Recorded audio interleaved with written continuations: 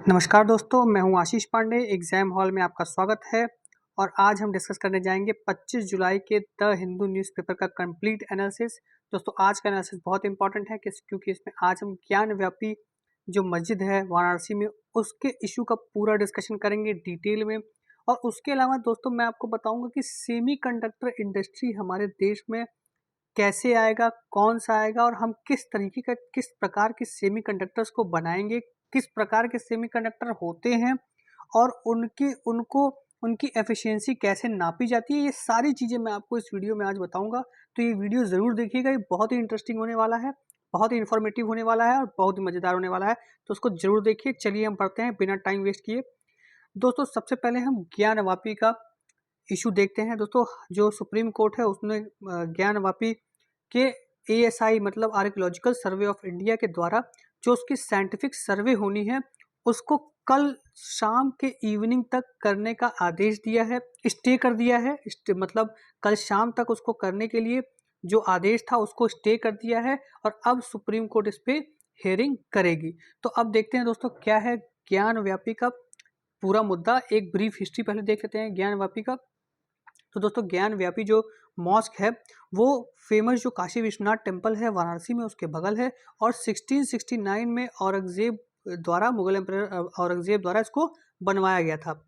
1936 में जो मुस्लिम पिटिशनर थे उन्होंने डिमांड किया कि इस पूरे कॉम्प्लेक्स को मस्जिद डिक्लेयर कर दिया जाए, लेकिन इस डिमांड को इलाहाबाद हाई कोर्ट ने 1942 में डिसमिस कर दिया। उसके बाद दोस्तों, काशी विश्वनाथ टेम्पल ज्ञानव्यापी मास्क का जो डिस्प्यूट है वो फिर से रेज किया गया 1990s में, जब राम मंदिर का मुद्दा गरमाया हुआ था। और इसी के साथ साथ कृष्ण जन्मभूमि और शाही ईदगाह मस्जिद का मथुरा में भी जो मुद्दा है वो भी गरमाया हुआ था। तो मतलब तीन मुद्दे साथ साथ गरमाए हुए थे, जो कि राम मंदिर बाबरी मस्जिद का था, फिर ज्ञानव्यापी मस्जिद वाराणसी में था, और कृष्ण जन्मभूमि का जो के बगल में जो शाही ईदगाह है मथुरा में।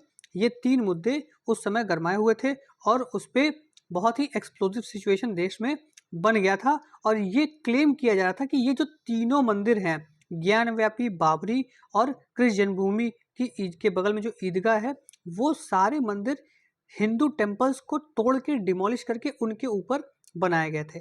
उसके बाद दोस्तों 1991 में जो लोकल प्रीस्ट थे उन्होंने पिटिशन फाइल किया, मतलब वाराणसी के जो लोकल प्रीस्ट थे उन्होंने पिटिशन फाइल किया कि ज्ञानव्यापी जो मस्जिद है वो मुगल एम्परर औरंगजेब के ऑर्डर पे बनाया गया था, और हमारे मंदिर को काशी विश्वनाथ मंदिर को तोड़ के बनाया गया था 1669 में। और उन्होंने डिमांड किया कि ये जो मॉस्क है उसके ऊपर उसको रिमूव कर देना चाहिए और वो जो लैंड है वो हिंदूज को दे देनी चाहिए। और उन्होंने ज्ञानव्यापी मस्जिद के एरिया में पूजा पाठ करने की भी अनुमति मांगी, जिसको इलाहाबाद हाई कोर्ट ने फिर से सस्पेंड कर दिया। अब देखिए दोस्तों, 2019 में क्या हुआ कि सुप्रीम कोर्ट की वर्डिक्ट आई बाबरी मस्जिद राम जन्मभूमि में जो डिस्प्यूट था उसमें सुप्रीम कोर्ट ने वर्डिक्ट दिया, और उसी वर्डिक्ट के बाद ज्ञानव्यापी का जो केस है वो फिर से रिवाइव हो गया। और 2019 में जो पिटिशनर्स थे उन्होंने ये डिमांड किया कि भैया जो आर्कियोलॉजिकल सर्वे है उससे ज्ञानव्यापी मॉस्क का जो पूरा कॉम्प्लेक्स है उसकी जांच कराई जाए। और 9 सितंबर 2021 को इलाहाबाद हाई कोर्ट ने इस पिटिशन पे स्टे लगा दिया कि भैया आर्कियोलॉजिकल सर्वे ऑफ इंडिया अभी जो है वो ज्ञानव्यापी का मस्जिद का सर्वे नहीं करेगी। फिर एक लेटेस्ट कंट्रोवर्सी आई जब 5 हिंदू महिलाएं जो थी वो वाराणसी में उन्होंने केस फाइल किया वाराणसी कोर्ट में अप्रैल 2021 में कि उनको ज्ञानव्यापी मस्जिद में पूजा करने का अधिकार है। किसका?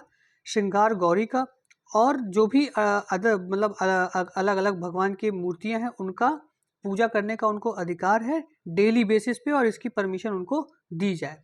उसके बाद दोस्तों अप्रैल 2022 में वाराणसी कोर्ट ने एक वीडियो सर्वे ज्ञानव्यापी मॉस्क का ऑर्डर किया कि ज्ञानव्यापी मॉस्क का एक वीडियो सर्वे होना चाहिए। उसके बाद दोस्तों इस सर्वे का ये जो वीडियो सर्वे का जो आदेश हुआ उसको अपोज किया ज्ञानव्यापी मॉस्क मैनेजमेंट कमेटी ने, और उत्तर प्रदेश सुन्नी सेंट्रल वक्फ बोर्ड ने इसका पुरजोर अपोजिशन किया।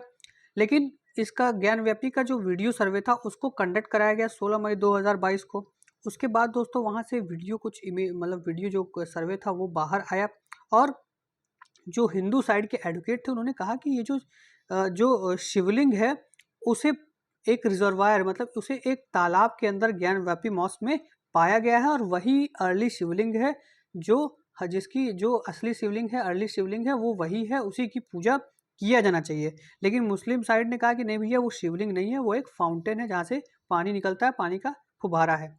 फिर all India Muslim personal law board ने कोर्ट के जो वीडियोग्राफी के ऑर्डर को और ऑर्डर दिया गया था उसको कहा कि भैया ये जो है ये प्लेसेस ऑफ वर्शिप एक्ट 1991 का उल्लंघन है, सीधी तरह उल्लंघन है। ये एक्ट क्या है दोस्तों, ये भी हम अभी देखेंगे। उसके बाद मॉस्को जो मॉस्क कमेटी था उसने ये आर्ग्यू किया कि भैया जो 2021 में जो सूट्स फाइल किए गए थे कि हमें मॉस्क के अंदर, हिंदू पक्ष को ने कहा जो कि हमें मॉस्क के अंदर पूजा करने का अधिकार है, वो right to places worship act के द्वारा रोका जाता है, बार किया जाता है। मतलब कि अगर right to places worship act ये कहता है कि भैया अगर कहीं मॉस्क है और वहाँ पे अगर नमाज पढ़ी जा रही है, तो आप ये कह के राइट टू वर्शिप, ये कह के कि राइट टू वर्शिप की बात आप वहाँ नहीं कर सकते कि भैया यहाँ हमारे हिंदू देवी देवता पाए जाते हैं तो हम यहाँ जाके पूजा करेंगे, ये आप नहीं कह सकते। ऐसा मुस्लिम पक्ष ने कहा कि प्लेस ऑफ वर्शिप एक्ट ये कहता है। और इसी एवज में इन्होंने आरोप लगाया कि जो हिंदू पक्ष है वो फिर से ज्ञानव्यापी डिस्प्यूट को हवा देने की कोशिश कर रहा है। तो दोस्तों ये तो पूरा मुद्दा था। अब दोस्तों देखते हैं कि प्लेस ऑफ वर्शिप एक्ट 1991 क्या है। दोस्तों ये राम जन्मभूमि की जब रथ यात्रा हुई थी तो उस समय इस लेजिस्लेचर को पास किया गया था। ये दोस्तों एक ऐसा बिल था जो कोई भी नई कंट्रोवर्सी होने से बचाता। जैसे राम जन्मभूमि कंट्रोवर्सी हो गई, हिंदू पक्ष ने बोला कि ये मंदिर तोड़ के बनाया गया, मुस्लिम पक्ष में बोला नहीं नहीं ऐसा नहीं है, यहाँ पहले से ही मस्जिद था। ऐसे हजारों मंदिर हैं देश में हमारे जिन पे ये क्लेम किया जाता है कि जो मुस्लिम शासक थे उन्होंने उसको तोड़ के मस्जिद वहाँ बना दिया। और दोस्तों इस वजह से काफ़ी कम्युनल टेंशन्स हो सकते हैं फ्यूचर में, उसी को देखते हुए प्लेस ऑफ वर्शिप एक्ट लागू किया गया। और इसमें सेक्शन 3 ये कहता है कि कोई भी प्लेस ऑफ वर्शिप का कन्वर्जन नहीं होगा। जैसे मान लीजिए कोई अगर मस्जिद है तो वो मस्जिद रहेगी, वहाँ मंदिर क्लेम नहीं किया जाएगा, वहाँ चर्च क्लेम नहीं किया जाएगा, वो मस्जिद का मस्जिद रहेगा।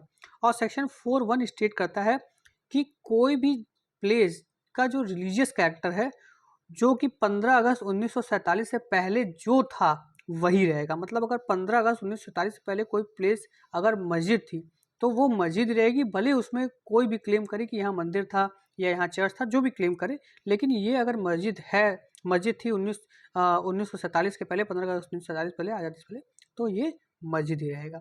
अब देखो दोस्तों इस एक्ट का रेलिवेंस क्या है।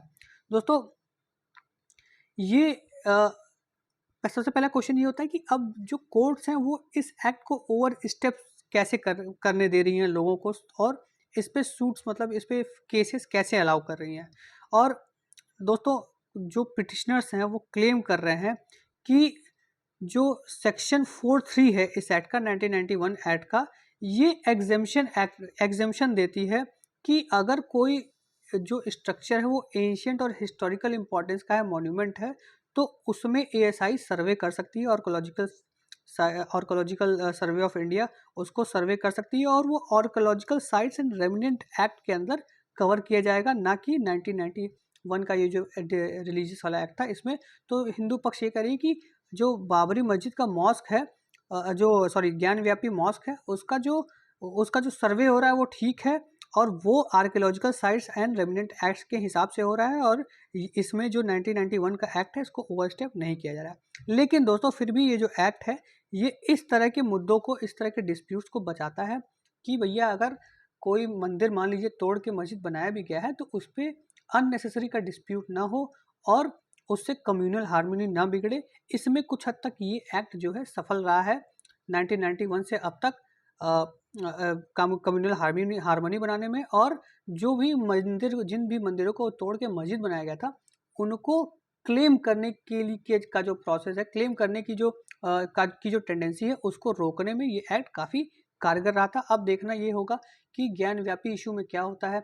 अब चूंकि सर्वे उसका अलाउ हो गया और उसके अंदर वीडियोग्राफी हो गई, उसमें फाउंटेन का एक पिक्चर आया और उसे हम लोग शिवलिंग, उसको हिंदू पक्ष शिवलिंग कहता है और मुस्लिम पक्ष फाउंटेन कहता है। तो इस पे भी बहुत कंट्रोवर्सी इमर्ज हो गई है। तो अब ये सब कैसे सॉल्व होगा और क्या अब मथुरा में भी इस तरह की डिमांड उभरेगी, तो ये सारी चीज़ें आगे देखने वाली होगी दोस्तों। लेकिन एक हमारे डेमोक्रेसी, हमारे कम्युनल जो फैब्रिक है देश का, उसके लिए ये जो इशू है ये चैलेंज तो है ही। और अभी अभी हम राम जन्मभूमि वाले इशू से उभरे हैं, उसका पीसफुल रेजोल्यूशन हुआ है।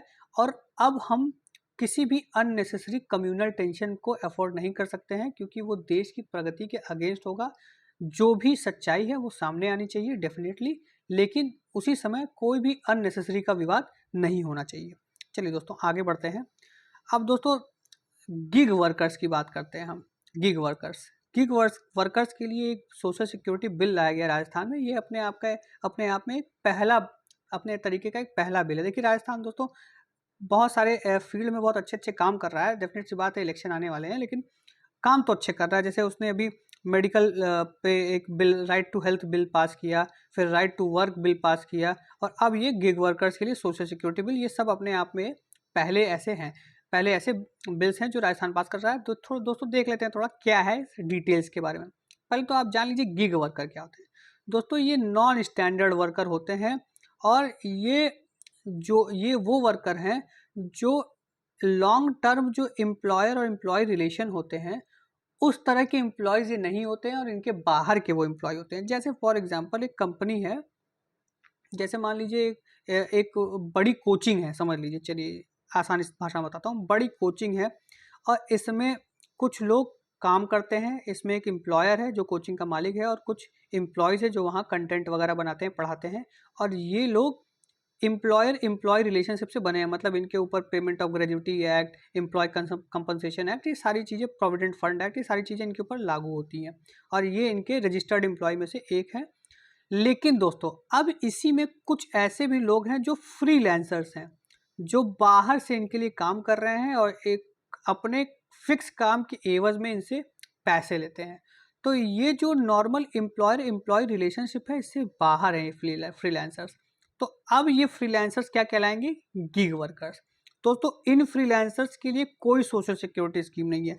इनके लिए ये जो एम्प्लॉयज़ ऑर्गेनाइजेशन के अंदर हैं, इनके लिए social security scheme, provident fund scheme, gratuity act, compensation act सब लागू है। लेकिन ये जो बाहर फ्रीलांसर है, इसके लिए कोई एक्ट लागू नहीं है। ये बस इसका और इनका रिलेशन, एम्प्लॉयर का रिलेशन ये है कि ये काम किया, पैसे लिया, घर गया, बस बात खत्म।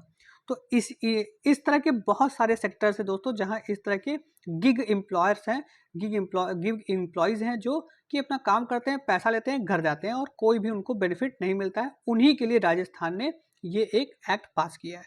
तो चलिए और आगे देखते हैं इस एक्ट में और क्या क्या है दोस्तों। तो ये मैंने आपको बता दिया दोस्तों, ये गिग वर्कर्स क्या हैं, ये उसी बारे में है, आप पढ़ सकते हैं PDF में।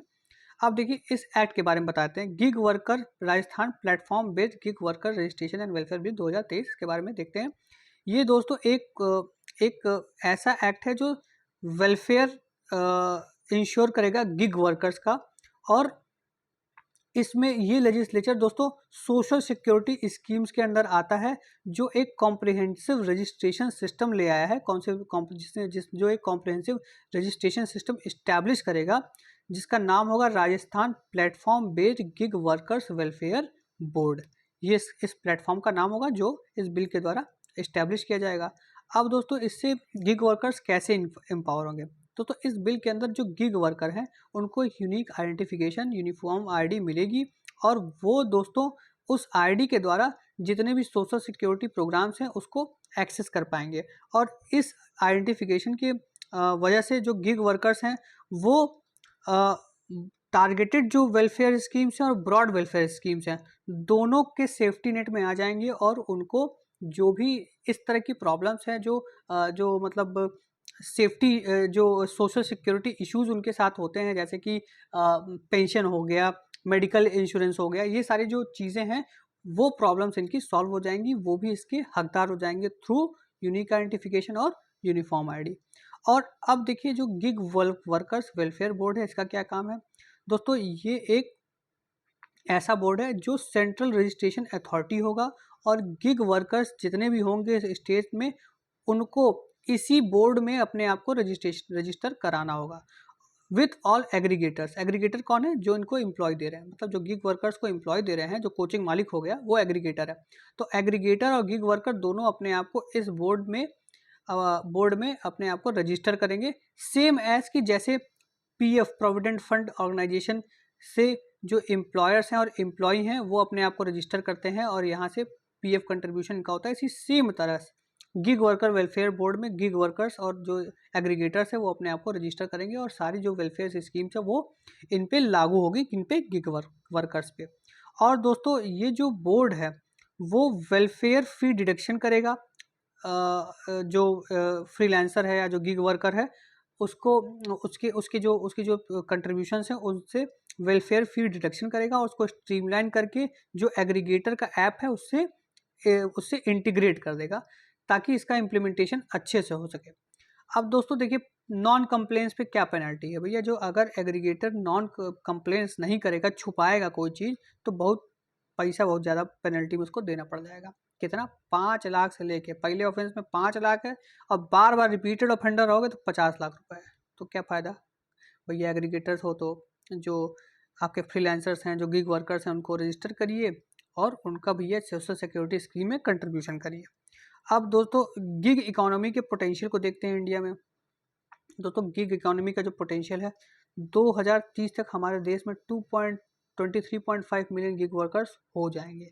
और ये दोस्तों इसीलिए बहुत क्रूशल हो जाता है गवर्नमेंट को इंश्योर करना कि जो गिग वर्कर्स हैं वो सोशल सिक्योरिटी बेनिफिट से वंचित न रहें और एक प्रोटेक्टेड इन्वायरमेंट में काम करें। क्योंकि भैया काम किया, पैसा आया, नहीं मान लो काम किया, हाथ पैर नहीं सलामत रहे, तो भैया कहाँ से पैसा आएगा? तो उसके लिए सोशल सिक्योरिटी स्कीम चाहिए ना। तो देखिए गिग इकोनॉमी में पैसे तो बहुत हैं, जैसे आप फ्रीलांसर्स और एज ए कॉन्ट्रैक्चुअल कोई काम करते हैं तो पैसा बहुत कमा सकते हैं, लेकिन सोशल सिक्योरिटी बेनिफिट्स न होने की वजह से बहुत अनसर्टेनिटी होती है इसमें। इसी वजह से सोशल सिक्योरिटी बेनिफिट्स बहुत ज़रूरी है। और इसके अलावा बहुत सारे कॉन्ट्रैक्चुअल लेबर भी हैं, जो छोटे लोग हैं, वो भी गिग वर्कर्स में आते हैं, जो कि एम्प्लॉयर एम्प्लॉय रिलेशन से बाहर के होते हैं और उनके लिए तो सोशल सिक्योरिटी स्कीम बहुत ही ज़रूरी है। अब दोस्तों इसमें रिप्रेजेंटेशन भी है, डिसीजन मेकिंग भी है। मतलब सोशल सिक्योरिटी गारंटी करने के अलावा ये जो बिल है वो गिग वर्कर्स को प्रायोरिटाइज करता है कि भैया वो अपना रिप्रेजेंटेशन कर सकें और डिसीजन मेकिंग प्रोसेस जो है एग्रीगेटर के साथ उसमें भी भाग ले सकें, भागीदारी ले सकें। तो इसके लिए जो गिग वर्कर्स वेलफेयर बोर्ड है वो काम करेगा और वो इसमें एक्टिव रोल निभाएंगे। जो गिग वर्कर्स के लिए अगर कोई पॉलिसी बनाई जा रही है और अगर कोई इनिशिएटिव उनके लिए जा रहा है तो उसके लिए जो गिग वर्कर वेलफेयर बोर्ड है उसमें वो एक्टिव पार्टिसिपेशन करेगा और वो पॉलिसी फॉर्मुलेशन में भी हेल्प करेगा। चलिए दोस्तों अब आगे आते हैं। दोस्तों अभी इसरो जो है वो 30 जुलाई को PSLV C56 को लॉन्च करेगी। PSLV C56 जो हमारा लॉन्च व्हीकल है उसको स्पेस में भेजेगी 30 जुलाई को। तो दोस्तों PSLV C56 के बारे में हमने प्रीवियस वीडियोस में भी बहुत बार देख लिया है, उसके डिटेल्स के बारे में भी जान लिया। यहाँ पर देखते हैं कि ये कौन कौन से पेलोड ले जाएगा। तो ये एक जो PSLV C56 है ये कोर अलोन मोड में कन्फिगर किया गया है, जैसे कि इसके प्रीवियस वर्जन्स थे। और ये दोस्तों DSSR जो सैटेलाइट है उसको लॉन्च करेगा। ये 360 किलोग्राम का जो सैटेलाइट है इसको near equatorial orbit NEO near equatorial orbit में लॉन्च किया जाएगा। 5 डिग्री उसकी इंक्लिनेशन रहेगी और धरती से वो 535 किलोमीटर ऊपर रहेगा। और दोस्तों DSAR के बारे में देख लेते हैं। ये दोस्तों सिंगापुर का सैटेलाइट है। ये सिंगापुर की जो कंपनीज़ हैं ST इंजीनियरिंग और DSTA उसके द्वारा बनाई गई है। और जब ये ऑपरेशनल हो जाएगा तो ये अलग अलग रिक्वायरमेंट सिंगापुर गवर्नमेंट की पूरी करेगा जो भी सैटेलाइट इमेजरी से रिलेटेड है। और भी जो को पैसेंजर्स इसमें, मतलब और भी जो सैटेलाइट्स है इसमें जो लॉन्च किए जा रहे हैं वो कौन कौन से हैं दोस्तों, ये ध्यान रखिएगा, एग्जाम में आ सकता है। एग्जाम में DSR और इतने सारे जो सैटेलाइट्स हैं उसमें से 2-3 सैटेलाइट दे देगा और बोलेगा 1 only, 2 only, 3 only, none of this. तो मतलब आपको थोड़ा सा ध्यान रखना पड़ेगा कि कौन कौन सैटेलाइट है। अगर इनके आप मतलब डिटेल्स नहीं भी ध्यान रखते हैं तो भी चलेगा, लेकिन ये सैटेलाइट्स तो आपको पता होने चाहिए। और इसमें से माइक्रो सैटेलाइट्स कौन कौन है ये भी आप ध्यान रखिएगा। तो वेलोक्स AM ये 23 kg का टेक्नोलॉजी डिमोन्स्ट्रेटर माइक्रो सैटेलाइट है। फिर arcade atmosphere coupling and dynamic explorer ये एक एक्सपेरिमेंटल सैटेलाइट है। फिर स्कूप 2 ये भी 3U नैनो सैटेलाइट है। और फिर नूलियन एंड न्यू स्पेस ये भी 3U नैनो सैटेलाइट है। और फिर ग्लासिया, ये भी 3U नैनो सैटेलाइट है, और ऑर्ब 12 स्ट्राइडर, ये सैटेलाइट डेवलप किया जा रहा है इंटरनेशनल कोलैबोरेशन के अंदर ये डेवलप किया गया है, ये भी स्पेस में जाएगी। तो इसमें कौन कौन से नैनो सैटेलाइट है दोस्तों? वेलेक्स हो गया एक, दूसरा हो गया स्कूब, तीसरा हो गया न्यू स्पेस और न्यूलियन, और चौथा हो गया ग्लासिया। तो ये सारी चीज़ें आप याद रखिएगा। चलिए अब आगे बढ़ते हैं दोस्तों। इजराइल ने एक लॉ पास किया है जिससे वहाँ की जो जुडिशरी है उसको एकदम कमज़ोर बना दिया गया है, मतलब एकदम से वीक। तो अब जो ये जुडिशरी है ये कैसे वीक हो गई है इसके बारे में हम देखते हैं, क्या लॉ पास हुआ है ये भी हम देखते हैं। तो जो गवर्नमेंट है वहाँ की, वो सुप्रीम कोर्ट की पावर को लिमिट करने के लिए बहुत दिन से कोशिश कर रही थी, और जो लेजिस्लेचर और एग्जीक्यूटिव है उनको ऑल पावरफुल बनाने की कोशिश कर रही थी। तो इसके लिए जो वहाँ की नेसेट है, नेसेट मतलब वहाँ की जो पार्लियामेंट है, उसने ये एक बिल पास कर दिया है। 61 वोट पार्लियामेंट 61 वोट से ये बिल पास हुआ है 120 की सीट में। इसमें क्या होगा दोस्तों कि सुप्रीम कोर्ट की जो अथॉरिटी है और अथॉरिटी है, जो इजराइल की जो कॉन्स्टिट्यूशन है, इजराइल का जो कॉन्स्टिट्यूशन है या जो लॉज हैं, उसमें सुप्रीम कोर्ट की जो रिव्यू करने की अथॉरिटी है वो अब सुप्रीम कोर्ट से छीन ली जाएगी। और इसके अलावा जो अपॉइंटमेंट ऑफ जज है उसमें सुप्रीम कोर्ट का, पहले सुप्रीम कोर्ट का के जजेस होते हैं, जस्टिस होते थे, उनकी बातें सुनी जाती थी, वो मतलब उसमें प्राइम होते थे, उनकी प्राइमेसी होती थी। लेकिन अब जो है प्राइमेसी किसकी होगी? अब सरकार की प्राइमेसी होगी, और जो अपॉइंटमेंट्स हैं उनको डाइल्यूट कर दिया गया है। और अभी तक जो वहाँ के जुडिशियल अपॉइंटमेंट्स होते थे उसमें जस्टिस होते थे, फिर जस्टिस मिनिस्टर मतलब वहाँ के चीफ जस्टिस होते थे, एससी के प्रेसिडेंट होते थे, मतलब ये भी सुप्रीम कोर्ट के होते थे, और 2 सीनियर जजेस होते थे जो सुप्रीम कोर्ट की अपॉइंटमेंट देखते थे। मतलब पूरा आपका एक लॉ मिनिस्टर के अलावा बाकी जितने थे वो सुप्रीम कोर्ट के ही मेंबर थे। तो इससे सुप्रीम कोर्ट के मेंबर्स की प्राइमेसी थी उसमें, वो अपॉइंटमेंट्स करते थे। लेकिन अब जो है, अब वहाँ पे पॉलिटिशियंस होंगे, मतलब जितने भी जजेस हैं उनके अलावा शायद उनको हटाया जाए, कुछ जजेस को रखा जाए, और बाकी सारे उसमें पॉलिटिशियन होंगे जो जुडिशियल अपॉइंटमेंट करेंगे। तो एक तरह से आप देख सकते हैं कि पूरा जुडिशियल जो प्रोसेस है उसको हाईजैक करके अब ये सरकार जुडिशियल प्रोनाउंसमेंट करेगी, जुडिशियल अपॉइंटमेंट करेगी, और जुडिशरी जो है वहाँ की सरकार के इशारों पे अब नाचेगी। अब देखिए इसमें रिस्क भी बहुत है दोस्तों। इससे जैसे देखिए किसी भी सरकार का हस्तक्षेप जुडिशरी में हो जाता है तो ये सेपरेशन ऑफ पावर के एकदम अगेंस्ट है। सेपरेशन ऑफ पावर बहुत ही इंपॉर्टेंट है दोस्तों किसी भी कॉन्स्टिट्यूशनल फ्रेमवर्क में, किसी भी देश में, क्योंकि हर एक ऑर्गन जो है सरकार का वो दूसरे को चेक करता है। जैसे जुडिशरी एग्जीक्यूटिव को चेक करेगी, लेजिस्लेचर एग्जीक्यूटिव को चेक करेगी, जुडिशरी लेजिस्लेचर को भी चेक करेगी, कभी कभी लेजिस्लेचर भी जुडिशरी को चेक करेगी। तो इस तरह से सब एक दूसरे को चेक कर रहे हैं। और चूंकि हमारे देश में बेसिक स्ट्रक्चर का फंडा है, तो अगर कोई एक्सेस नहीं कर सकता, मतलब लेजिस्लेचर चाहे कि इनका रिव्यू का पावर छीन लिया जाए, तो ये ऐसा नहीं कर सकता क्योंकि ये जुडिशियल रिव्यू के, ये बेसिक स्ट्रक्चर के अंडर आता है। लेकिन वहाँ पे ऐसा हो गया। देखिए अभी हमारे देश में एनजेएसी जब एनजेएसी को लागू किया गया था तो सुप्रीम कोर्ट ने इसको स्क्रैप कर दिया, कहा भैया ये अनकॉन्स्टिट्यूशनल है, जबकि इसको पास कर दिया गया था अमेंडमेंट, कॉन्स्टिट्यूशनल अमेंडमेंट ये पास कर दिया गया था, उसके बाद भी इसको सुप्रीम कोर्ट ने स्क्रैप कर दिया। तो ये हमारे सुप्रीम कोर्ट की ताकत है, जिसने वो बताया कि भैया हम बेसिक स्ट्रक्चर से छेड़छाड़ हम नहीं बर्दाश्त करेंगे। तो ये कब हुआ था दोस्तों? ये केशव नंदा भारती केस में हुआ था 1972 में। लेकिन अफसोस की बात यह है कि कोई केशव नंदा जो है इजराइल में जन्म लिया ही नहीं, तो इजराइल में केशव नंदा भारती टाइप कोई केस ही नहीं हुआ। और आज इसका परिणाम ये है कि वहाँ की जो सरकार है उसने जुडिशरी के सारे पर काट दिए हैं। अब वो बिन पर के मुर्गे की तरह है जो इधर उधर घूमता रहेगा और सरकार की मर्जी पे रहेगा। और दोस्तों इससे सबसे नुकसान है वहाँ की जनता का, जो अब एक फ्री एंड फेयर और इंडिपेंडेंट जुडिशरी से वंचित हो गई है। और किसी भी देश में दोस्तों ये फ्री फेयर और इंडिपेंडेंट जुडिशरी बहुत ज़रूरी है। और ऐसा होने से अब जो इजराइल है वो हंगरी और पोलैंड की तरह हो जाएगा, जहाँ के जो मिनिस्टर्स हैं वो ऑल पावरफुल हैं, सर्वे सर्वा हैं। तो ये दोस्तों था इजराइल के जुडिशरी में जो इस समय कंट्रोवर्सी चल रही है वो। अब दोस्तों आते हैं अगले मज़ेदार टॉपिक पे, सेमीकंडक्टर्स। मतलब सेमीकंडक्टर्स क्या है, इंडिया में क्या है, और इंडिया में कैसे मैन्युफैक्चर्स होंगे, ये सारी बातें आज हम डिस्कस करने जाएंगे कि ये है कैसे और कैसे होगा। तो दोस्तों सबसे पहले हम बताते हैं कि सेमीकंडक्टर होता क्या है। दोस्तों सेमीकंडक्टर कुछ नहीं, बस एक प्यूरिफाइड सैंड है और जिसमें सिलिकॉन होता है। प्यूरिफाइड सैंड होता है जिसमें सिलिकॉन होता है। और दोस्तों सेमीकंडक्टर देखिए, अब इंडिया जो है वो सेमीकंडक्टर हब बनना चाहता है, ठीक है। लेकिन उसके सेमीकंडक्टर हब बनने की जो सपना है उसको झटका दे दिया फॉक्सकॉन ने, क्योंकि फॉक्सकॉन एक ताइवानी कंपनी है जो यहाँ वेदांता से कोलैबोरेट कर रही थी और गुजरात में एक प्लांट खोल रही थी सेमीकंडक्टर मैन्युफैक्चरिंग का। और ये जो प्लांट खोल रही थी वो 40 नैनोमीटर के नोड्स कैपेसिटी वाले प्लांट्स को बना रही थी।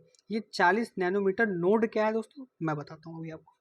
देखिए दोस्तों, सबसे नोड्स क्या होते हैं, सबसे पहले आपको बताता हूँ कि सेमीकंडक्टर के अंदर होता क्या है। देखिए दोस्तों, सेमीकंडक्टर के अंदर होता है ट्रांजिस्टर, ठीक है। अब ये जो ट्रांजिस्टर है ये सिलिकॉन का बना होता है, ठीक है दोस्तों। और ये जो ट्रांजिस्टर है इसका काम क्या होता है, ये एनकोड करता है 0 और 1 को, और फिर इनको एनकोड करने के बाद इनको प्रोसेस करता है और नया इंफॉर्मेशन जनरेट करता है 0 और 1 के ही फॉर्म में। और ये कैसे करता है ट्रांजिस्टर ये कैसे करता है दोस्तों, ये करता है इसके 3 पार्ट्स के द्वारा। तो ये जो ट्रांजिस्टर है इसके 3 पार्ट्स हैं। पहला पार्ट है सोर्स, दूसरा पार्ट है गेट और तीसरा पार्ट है ड्रेन। सोर्स में दोस्तों इंफॉर्मेशन आती है जो गेट में जाता है, गेट इस इंफॉर्मेशन को इसको कोडिफाई करता है, फिर ड्रेन में जाता है और ड्रेन न्यू इन्फॉर्मेशन बाहर निकालती है। तो ये 3 पार्ट है। सोर्स में 0 1 वाला इन्फॉर्मेशन आया और फिर इसको इनकोड किया गया गेट में, गेट से इनकोड करके ड्रेन के द्वारा ये इन्फॉर्मेशन बाहर निकल गई। तो ये ट्रांजिस्टर जो होता है सेमीकंडक्टर चिप के अंदर, ये एक सेमीकंडक्टर चिप है, इसके अंदर बहुत सारे ट्रांजिस्टर होते हैं दोस्तों, ये ध्यान रखिएगा। सेमीकंडक्टर चिप के अंदर बहुत सारे ट्रांजिस्टर होते हैं। तो इन ट्रांजिस्टर का काम क्या होता है कि इंफॉर्मेशन को लेना, प्रोसेस करना और ड्रेन कर देना। कैसे करते हैं, सोर्स, गेट और ड्रेन से। तो आपको ये समझ में आया होगा। चलिए, अब नोड क्या है दोस्तों, नोड एक मापक यूनिट है, मतलब एक यूनिट है जिससे हम ये नापते हैं कि एक पर्टिकुलर सेमीकंडक्टर के अंदर कितने ट्रांजिस्टर आएंगे, ठीक है दोस्तों। तो दोस्तों जैसे नोड को तो हम ये जान गए कि नोड से हम ये जान जाएंगे कि एक सेमीकंडक्टर के अंदर कितने ट्रांजिस्टर आएंगे। तो नोड कैसे ये बताएगा हमें कि एक सेमीकंडक्टर के अंदर कितने ट्रांजिस्टर आएंगे, वो जो ट्रांजिस्टर है उसके लेंथ से नापा जाता है। जैसे नोड को हम ट्रांजिस्टर के लेंथ से नापते हैं। जैसे एक ट्रांजिस्टर का लेंथ मान लीजिए है 10 नैनोमीटर, तो नोड क्या होगा 10 नैनोमीटर का हो गया।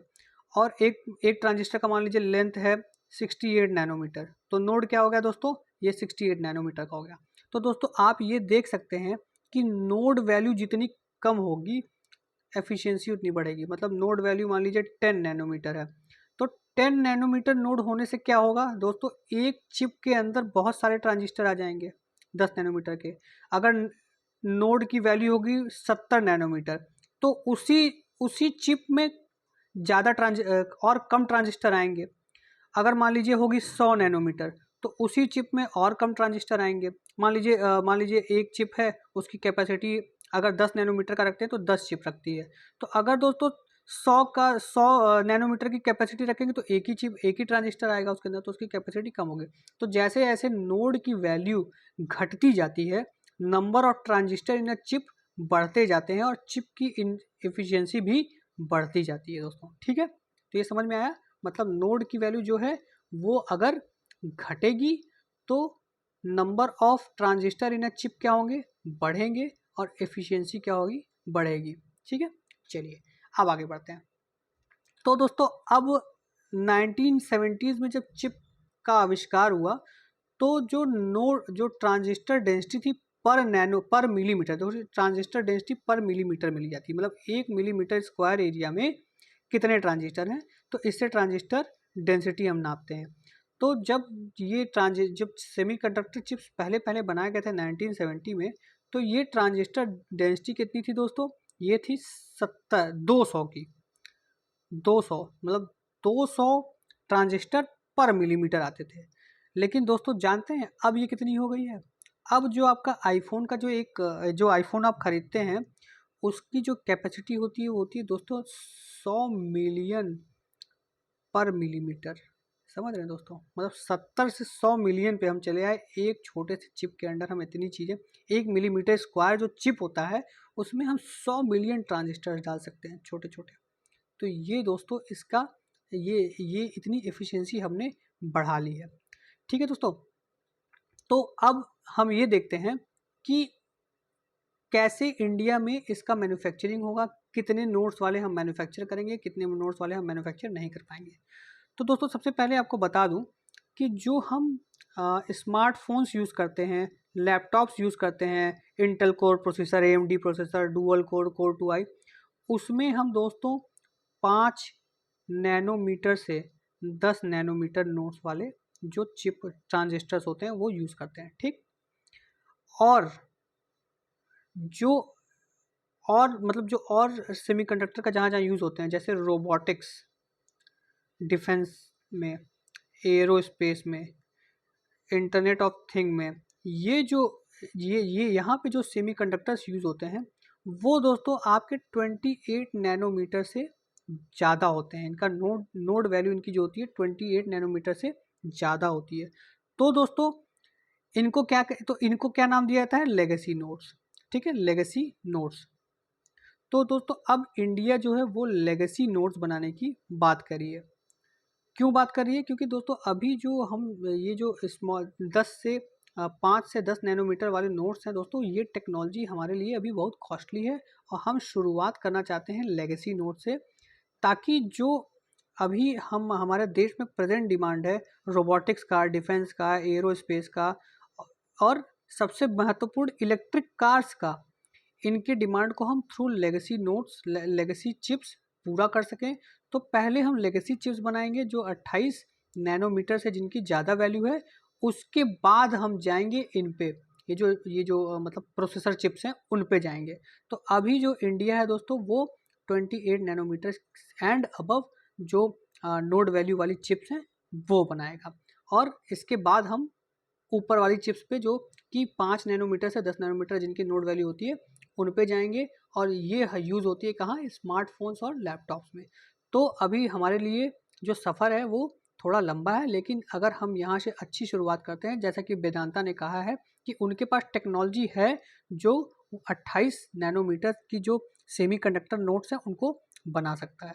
तो दोस्तों ये था पूरा सेमीकंडक्टर इंडस्ट्री का में कैसा नोट्स कैसे बनाए जाते हैं, उनकी एफिशिएंसी कैसे डील की जाती है, ये सारी चीज़ें उम्मीद करता हूँ आपको समझ में आई होगी। दोस्तों ये था आज का हमारा द हिंदू का एनालिसिस। अगर आपको अच्छा लगा तो हमारे चैनल को लाइक करिए, शेयर करिए और सब्सक्राइब करिए। जय हिंद, जय भारत।